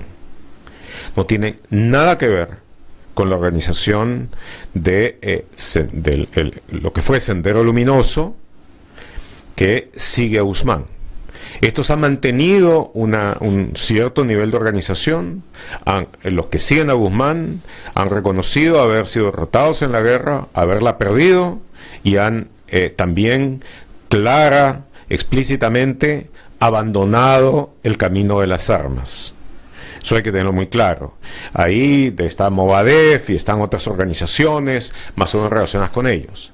Pero no tienen nada que ver, subrayo, recalco, nada que ver con el grupo que está alzado en Sendero Luminoso en el BRAE, cuyo bastión fundamental es la zona de Vizcatán, Bidón, y desde donde irradian al resto.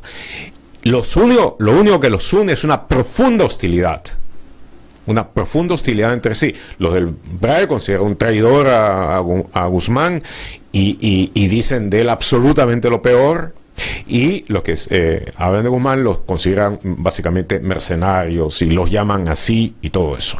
De tal manera de que esa es una escisión que ha terminado, no tiene nada en común. Y juntar lo uno con lo otro no solamente es una inexactitud, es una falacia profunda y lleva a distorsionar profundamente la realidad. A ver, quiero remarcar este punto. O sea, quiere decir que el sector del BRAEN de Sendero sigue siendo un sector ideológico vinculado a Sendero Luminoso al anterior. No te estoy hablando de... Ellos critican claro. Nosotros publicamos en IDL Reporteros hace algunos años una entrevista que hizo un periodista, Fernando Lucena, a a Jorge Quispe Palomino, su seudónimo es el camarada Raúl, donde él hablaba largamente sobre todos esos temas. Él criticaba profundamente la doctrina insurreccional que puso en marcha Guzmán y los métodos vinculados con esa doctrina. Entonces ellos han llegado a la necesidad de hacer supuestamente toda una serie de cambios. Algunos de esos son cuestiones de un cierto sentido común operativo dentro de los términos de guerra irregular que tienen. Otros desde el punto de vista ideológico son poco precisos, pero en términos generales ellos lo que sí mantienen del pasado es la decisión de persistir en el camino del alzamiento armado. Y persisten en la idea de que eventualmente lograrán el triunfo, algo que obviamente... Claro, pero por razones ideológicas, porque normalmente se dice... No, ellos se programan marxistas, leninistas, maoístas, etcétera, y eso de que sean puramente mercenarios del narcotráfico no es correcto. Pero yo te preguntaba eso no es correcto. Ellos sí han recibido, y también lo recalco, sí han recibido ingresos importantes de parte del narcotráfico, sobre todo en la época de los mochileros, cuando en el camino que pasaba por la zona que ellos controlaban, especialmente Vizcatán, Bidón, ellos podían ofrecer el grado de seguridad para los mochileros que no había en ningún otro sitio. Entonces ellos cobraban una cierta cantidad por eso y lograron precisamente por ello tener ingresos. También protegieron posiblemente a algunos narcotraficantes específicos, algunos que tenían a los laboratorios rústicos, dentro de los cuales se empezó a elaborar clorhidrato de cocaína dentro del BRAE. Pero nunca fue principal lo de ellos, y creo de que ha habido una diferencia clara.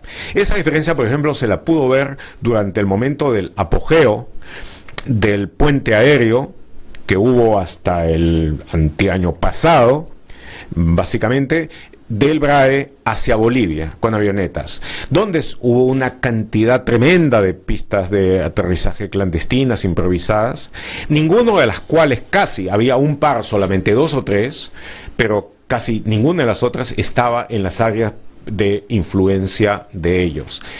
El narcotráfico es un negocio esencialmente capitalista, o sea, es capitalismo casi químicamente puro, en su forma más básica, ¿no es cierto?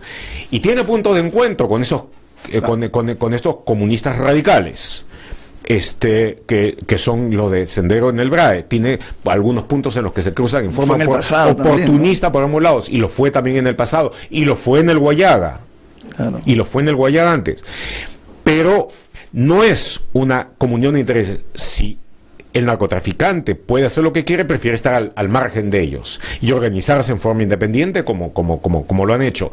Incluso cuando el puente aéreo fue en gran medida fracturado por una acción que fue realmente muy interesante, de voladura sistemática, recurrente, constante, de pista de aterrizaje por ingenieros militares, en la última parte del gobierno de Humala, entonces las caravanas de mochileros tomaron la dirección de Cusco, no la dirección que antes habían utilizado hacia las alturas de Ayacucho, claro, por donde pasaba. Mira, vamos a tener que terminar esta conversación porque ya tenemos... Hay una cosa importante que quiero decir, que en ese aspecto que me parece que sí debe decirse. El sendero del BRAE sufrió golpes muy significativos durante el gobierno de Ollanta Humala, cuando, y esto es objetivo, es claro, es comprobable, por iniciativa del expresidente Humala, se puso bajo una coordinación unificada que estuvo bajo el mando de Iván Vega, que fue viceministro de Interior y luego viceministro de Defensa, donde el comando conjunto, todos los aspectos militares se juntaron con los de la policía, se integraron de una manera muy cercana, se operacionalizaron bien, donde se utilizó mecanismos sofisticados de inteligencia, donde hubo también una ayuda muy cercana de estadounidenses, colombianos, a través de los estadounidenses también, Y merced a ello hubo una serie de golpes militares muy fuertes sobre Sendero que lo llevaron a un repliegue casi total. Desgraciadamente, con el nuevo gobierno de Kuczynski se buscó, básicamente eso se desactivó. En el intento de dejar de lado todo lo que hubiera estado vinculado con Humala, lo que tenía de bueno, lo que tenía de malo, eso se dejó de lado.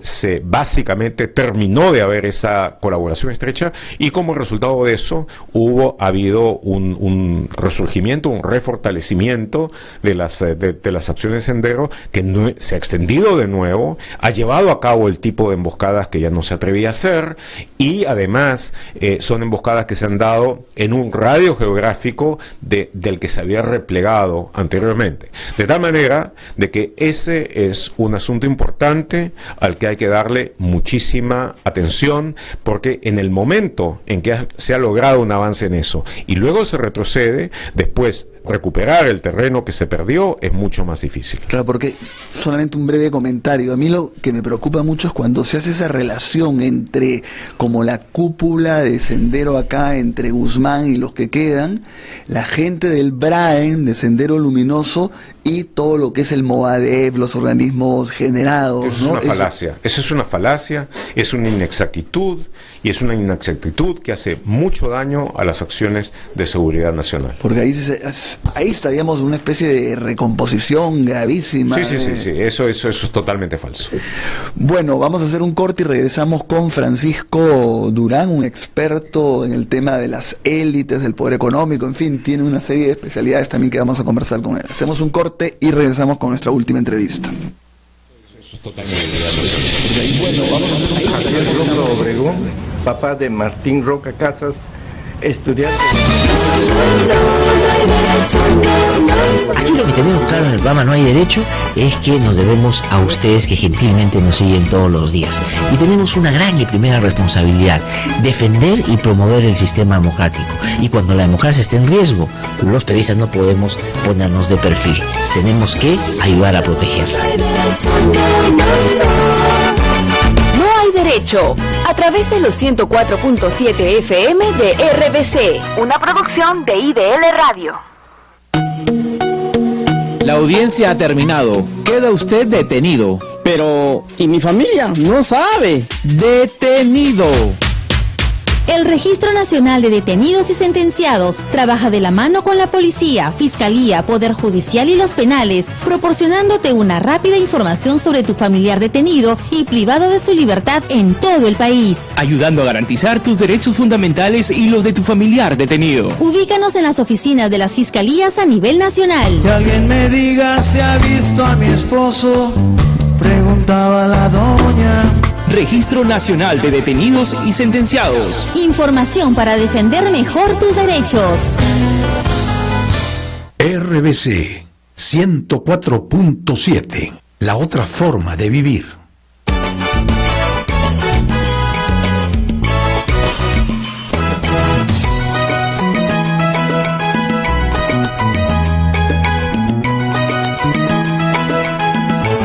Bueno, estamos ahora con Francisco Durán, se podría decir muchas cosas de él, él es sociólogo, profesor, está vinculado a la Universidad de Oxford, de Berkeley, vive entre el Perú y Estados Unidos, Inglaterra.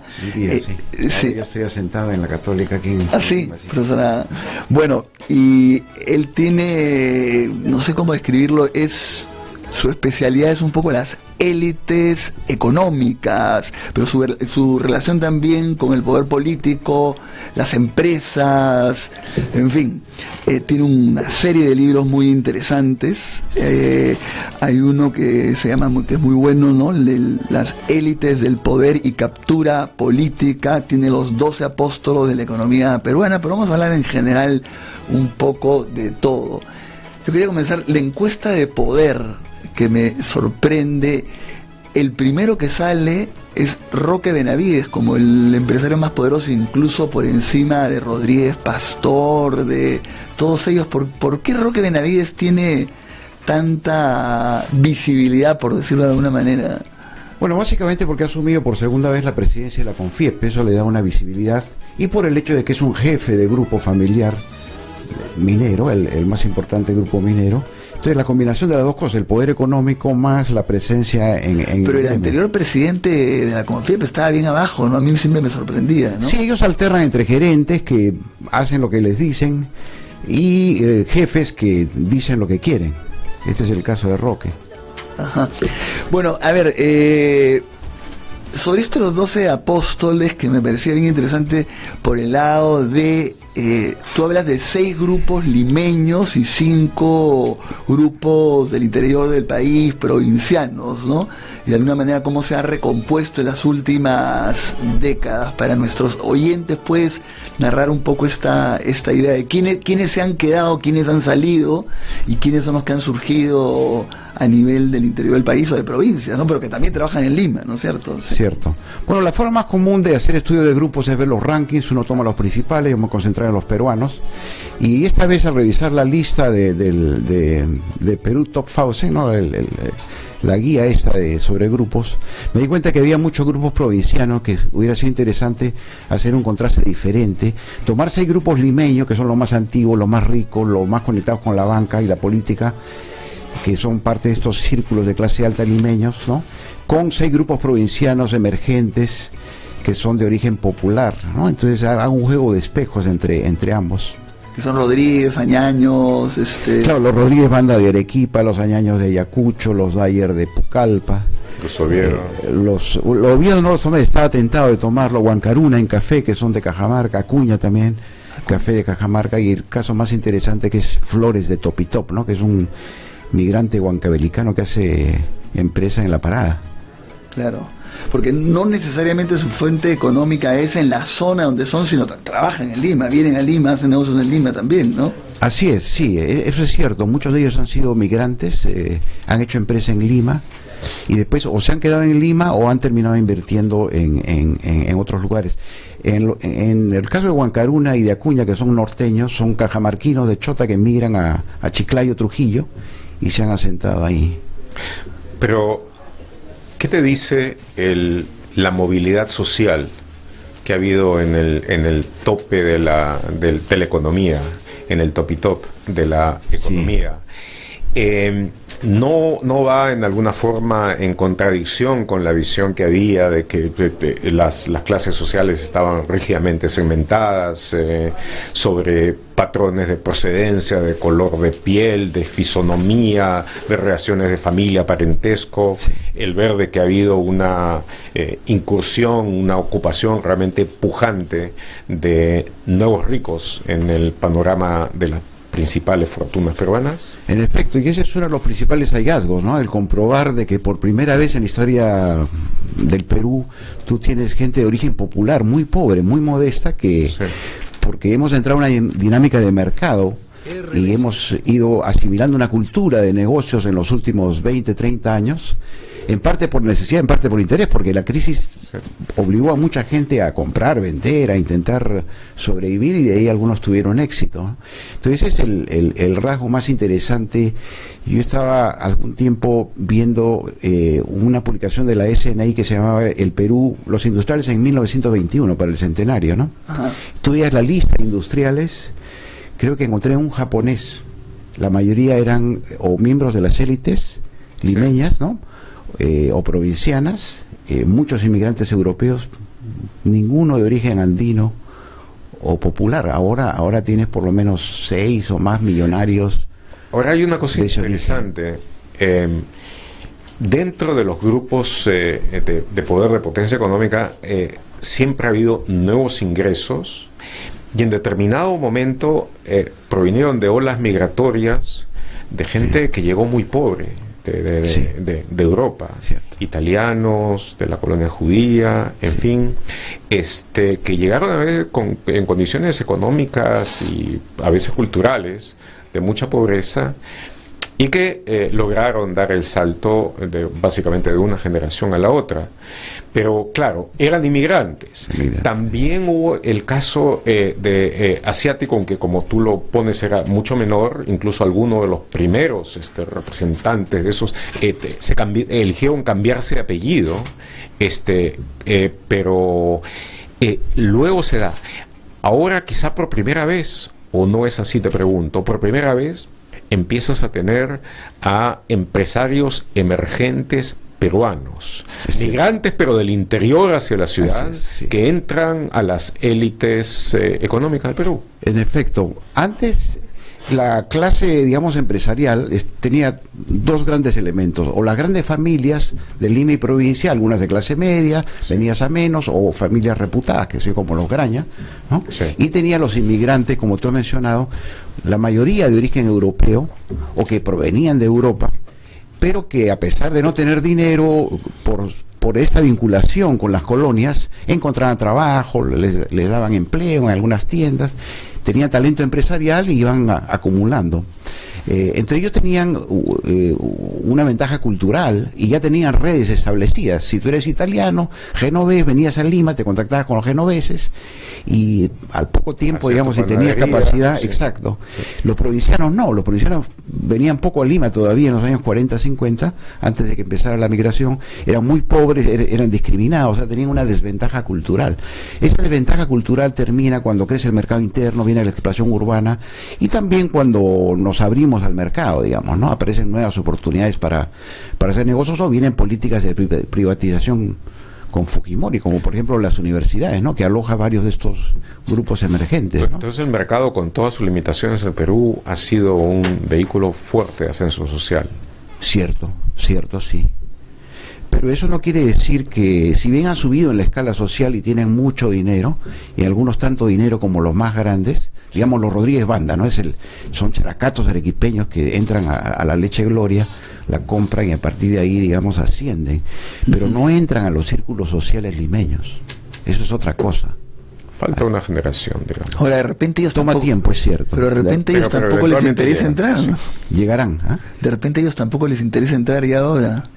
Eso es algo que me quedó como una duda en la investigación. Yo noto que hay una separación y por lo tanto no se puede hablar de una fusión de las élites, ¿no? Que es lo que pasó con los inmigrantes europeos anteriores o europeos españoles, en fin, judíos, italianos, ¿no? Aquí hay una separación y todavía no hay contacto.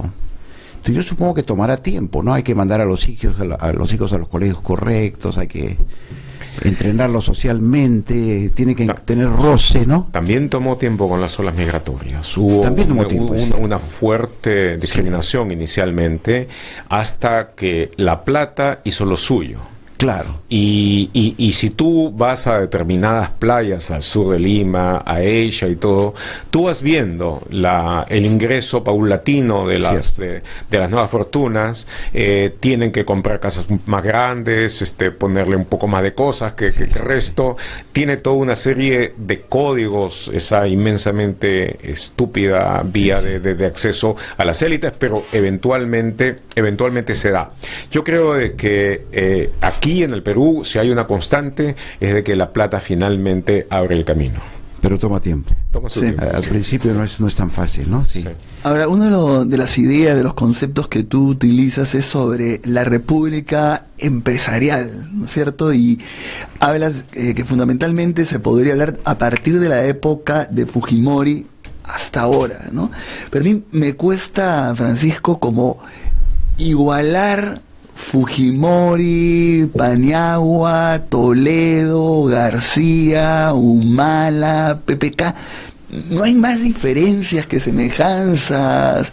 O sea, entendía lo que quería decir, pero a la vez como que me era difícil imaginar esa continuidad. Bueno, de la lista habría que sacar a Valentín Paniagua, que fue un presidente elegido por el Congreso en circunstancias de crisis. 9 meses es importante también, ¿eh? Ya, pero sí, tiene razón. Sí. Ya.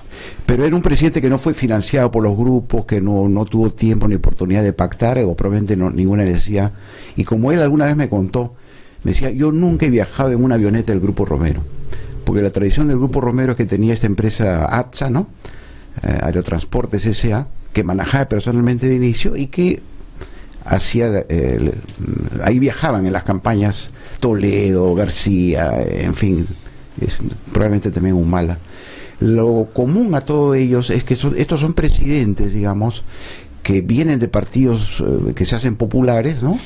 Y que llegan a la presidencia, pero que detrás de estas presidencias, que son tan variadas como los nombres lo indican, y los partidos de donde provienen, que se van alternando, ¿no es cierto?, es que detrás está el gran poder de los grupos económicos. Y el hecho de que la política de Estado de 1990 en adelante, desde el shock en adelante, que ha continuado sin alteraciones, ¿no? Y que más bien es al revés, se sigue profundizando, como dicen ellos, ¿no? Paquete a paquete, ahora viene otro, indica que la primera prioridad del Estado, no importa quién sea el presidente, es el fomento a las grandes inversiones. Y esta continuidad de política económica y de intereses económicos tiene detrás un grupo que es el primer beneficiario, digamos, de las políticas de Estado, que son los grandes empresarios, ¿no?, nacionales y transnacionales. En ese sentido es que se puede hablar de república empresarial.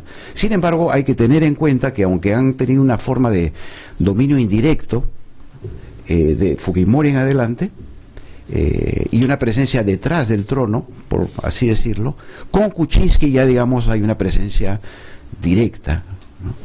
Y eso creo que puede ser un problema, ¿no? Porque es mejor que los otros estén al mando del poder político, ¿no? Y los grandes grupos, las transnacionales, o sus representantes, sugerentes, estén detrás influyendo, digamos, ¿no? En la medida que tienen posibilidades, pero tienen muchas posibilidades de influir en las decisiones de política. Antes de darte de nuevo la palabra, Gustavo, pero, a ver, claro, tu idea es, hasta Kuczynski era... no hay que preguntarse por quién gobierna, sino por quién manda, quién da las directivas, ¿no? Porque finalmente detrás del gobierno hay los poderes famosos, los poderes fácticos, que han evolucionado, por supuesto, mucho ahora, ¿no? Pero en el caso de Kuczynski, como que el que gobierna también es el que manda, porque está muy vinculado a las empresas transnacionales. Es un poco tu idea, ¿no? Es un inversionista, está rodeado de gente que viene de este círculo limeño de poder, de las consultoras, los grandes estudios de abogados. Pero lo ligas mucho además al grupo de Rodríguez Pastor, ¿por qué? Pues este es un grupo que ha crecido con la privatización, ¿no? Con el banco, antes Banco Internacional, ahora Interbank, y después transformada en Intercorp, ¿cierto? Que es la corporación que dirige el grupo. Y como recordarás, Kuczynski se escapó en el año 68, cuando eran ambos funcionarios jóvenes del Banco Central, juntos se fueron a Estados Unidos, ¿no? Y ahí han mantenido una vinculación. Aunque ha muerto Carlos Rodríguez Pastor, padre, ¿no es cierto? Y el hijo tomó la posta, la vinculación, la amistad se mantiene, y desde la campaña anterior ya había habido un apoyo muy fuerte del grupo Interbank o Intercorp a Kuczynski, ¿no? Que se ha repetido en esta campaña. Apenas regresó a Estados Unidos y dijo, bueno, voy a dedicarme a la política, ¿no? Como un año antes de las elecciones, y ahí se nota la relación muy estrecha, personal, digamos, ¿no?, entre este grupo, que por fin, digamos, apuesta a tener vinculaciones políticas al más alto nivel. Ahora, ¿cuáles son los niveles reales de influencia en el día a día y en las decisiones de gobierno? Hay un aspecto que concierne a los intereses específicos de tales o cuales grupos, a su capacidad de influenciar, toma de decisiones, cabildeo, lobby, todo esto. Y está el otro grupo, está el otro conjunto de decisiones que sencillamente obedece al tipo de visión económica que existe por parte de los gobernantes, al margen de la relación que tengan. O sea, el de entender, y me imagino que, no sé que ese es el caso de Kuczynski, por ejemplo, de que el crecimiento económico está predicado esencialmente en las inversiones, que la inversión privada tiene un efecto quizá más importante que el de la inversión pública, por el hecho que puede traer un conjunto de recursos frescos que no salen de la base de contribuyentes, de que eso provoca un crecimiento del Producto Bruto Interno, que aunque no esté adecuadamente distribuido, de todos modos hace crecer la masa económica y eso mejora las circunstancias de empleo, etcétera. No es de que junto con, digamos, la fuerza que tienen estos grupos, que está bien estudiado en un conjunto de decisiones, quizá en gobernantes como Kuczynski, por ejemplo, con una, digamos, si él tiene algo, es una buena formación económica y sobre todo financiera, está en su visión de cómo opera y cómo debe operar la economía. Claro, pero las dos cosas van juntas, digamos. Hay intereses particulares o de sector, por ejemplo, los mineros, los banqueros, las universidades privadas con fines de lucro, el sector de agroexportación, tienen intereses específicos.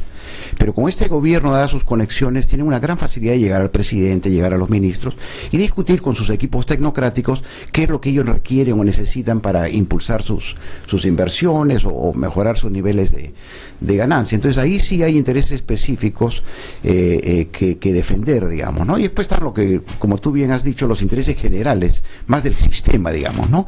Y lo que creen que esta economía que se basa en la empresa privada, que es comandada por la gran empresa privada, donde están las transnacionales y los grupos de poder económico, tiene que ser apoyada, estimulada, promocionada, incentivada. Hay una serie de términos, ¿no? Sí. Y con la convicción, las ideas de que esa es la mejor manera. Ahora, es la idea de un pequeño grupo, digamos, no necesariamente son las ideas de todos los peruanos, ¿no? En ningún momento hemos discutido que el primer objetivo de política de Estado es promover las grandes inversiones. Es algo que se ha ido filtrando como discurso en los medios, a través de lo que declaran los grandes empresarios, ¿no? Como parte de un debate sobre doctrinas económicas y qué funciona para crecer o no, que yo diría de que los sectores vinculados con este concepto de la inversión privada como el motor primario, ellos han ganado hasta ahora las batallas intelectuales en los últimos tiempos. Hubo un tiempo en el que no, en que las ideas basadas en conceptos de estructura, de que las ideologías o las ideas distributivas tenían mucho mayor peso. Sí, pero es la idea predominante, es cierto, pero no en el 100%, digamos, ¿no? Será en el 70%. Ahí habría que ver las encuestas, ¿no? Y hacer una lectura fina de qué tanto ha calado. Pero lo más interesante... Lo que no ha calado, perdón que te interrumpa, Gustavo, es que quienes son los principales beneficiarios de la política económica y los sectores más influyentes sean solo un pequeño grupo. Lo que el sector privado en su conjunto, que es mayoritariamente pymes, espera es que también ellos sean sujetos de política económica, que tengan la misma oportunidad que tiene el Grupo Romero o el Grupo Rodríguez Pastor de llamar al presidente, hablar con el ministro, decir esto es lo que nosotros queremos, digamos. Entonces ahí es donde la realidad, digamos, te indica que hay una élite del poder, ¿no?, que maneja esta república, que la convierte en una república empresarial, y que dentro del discurso de apoyo a la inversión privada como motor del desarrollo, hay diferencias, hay desigualdades, ¿no? Entonces, por supuesto, hay una clase media de inversores y de negociantes y hay también una clase emergente de los mismos. Entonces, ¿tú piensas de que el tipo de dirigente político que el Perú necesitaría es una versión latinoamericana de lo que fue en su tiempo Theodore Roosevelt, que al llegar al poder él venía de las clases dirigentes, hizo muy importantes medidas de control antimonopólico, antitrust, en favor de intereses nacionales, etcétera, con gran desagrado de las élites económicas entonces dominantes? Algo así es lo que necesita el Perú. Algo así, pero con mentalidad del siglo XXI, ¿no? Entendiendo cómo se hacen negocios ahora, qué tan interconectados estamos, pero ciertamente parte de las políticas de Estado del 90 en adelante es lo que yo llamaría la apuesta por un capitalismo permisivo. Nosotros no somos un paraíso tributario, pero nos estamos acercando a eso, digamos, ¿no? Una especie de Panamá casi, ¿no? Demasiado secreto bancario, excesivo secreto tributario, facilidades de todo tipo para hacer inversiones, baja fiscalización, efectos ambientales que no se sancionan adecuadamente y que después se amnistían. Entonces tenemos esas características, ¿no? Alguien me contaba que hay grupos... Eso leí de la comparación con Panamá, pero ¿no es un poco exagerado decir que estamos como casi es un como poco Panamá? Exagerado, ¿no? Sí. Pero digo que nos estamos acercando, ¿no? Sí. No que somos. por el momento tengo la impresión de que operamos casi como una república bananera, pero digo casi, ¿no? No, pero además la diferencia es que Panamá es una república transaccional, es la Fenicia de América Latina, claro, ¿no es cierto? Y nosotros no somos exactamente la Fenicia porque tenemos una mayor orientación hacia lo productivo, en fin, hacia otro tipo de... Pero te señalo dos casos, Gustavo y Ernesto, para remarcar un poquito el punto con referencias concretas, ¿no? Hay una transnacional chilena que en el Perú experimenta con sistemas laborales que no son aceptados en otras partes. Y porque hay esta permisividad. Entonces, como le da resultado, mejoran el proyecto y después lo transnacionalizan. ¿Por qué Odebrecht, una empresa brasileña, se sentía tan cómoda en el Perú, digamos, ¿no? Y la convierte en sede de sus operaciones en América Latina? Porque encontraron un ambiente tan favorable a los negocios, tan poco regulado, que bueno, hay que decir que estaba muy cómoda en todas partes de América Latina y que posiblemente hizo más plata y cutreó un poco más en, digamos, Venezuela o en Argentina, ¿no? Exactamente, en Perú. Se sentía muy cómoda, encontró básicamente la misma respuesta, diría, en todos los países, una mano extendida esperando la coima. Pero uno de ellos fue Perú, digamos. Sin duda, claro.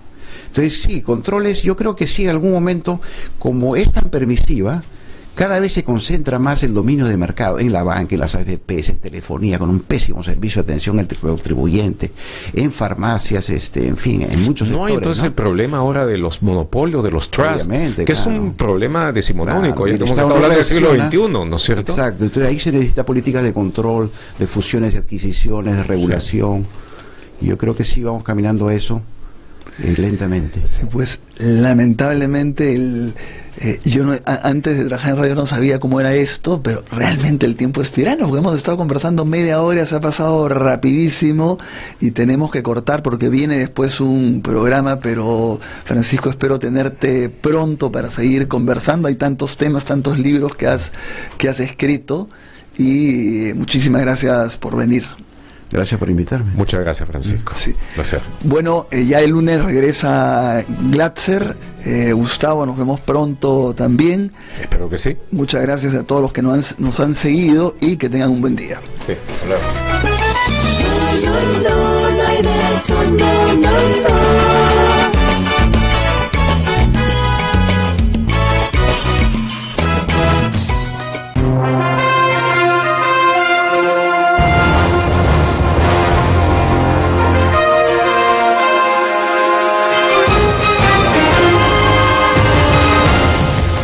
Desde la central informativa, las noticias de la hora a través de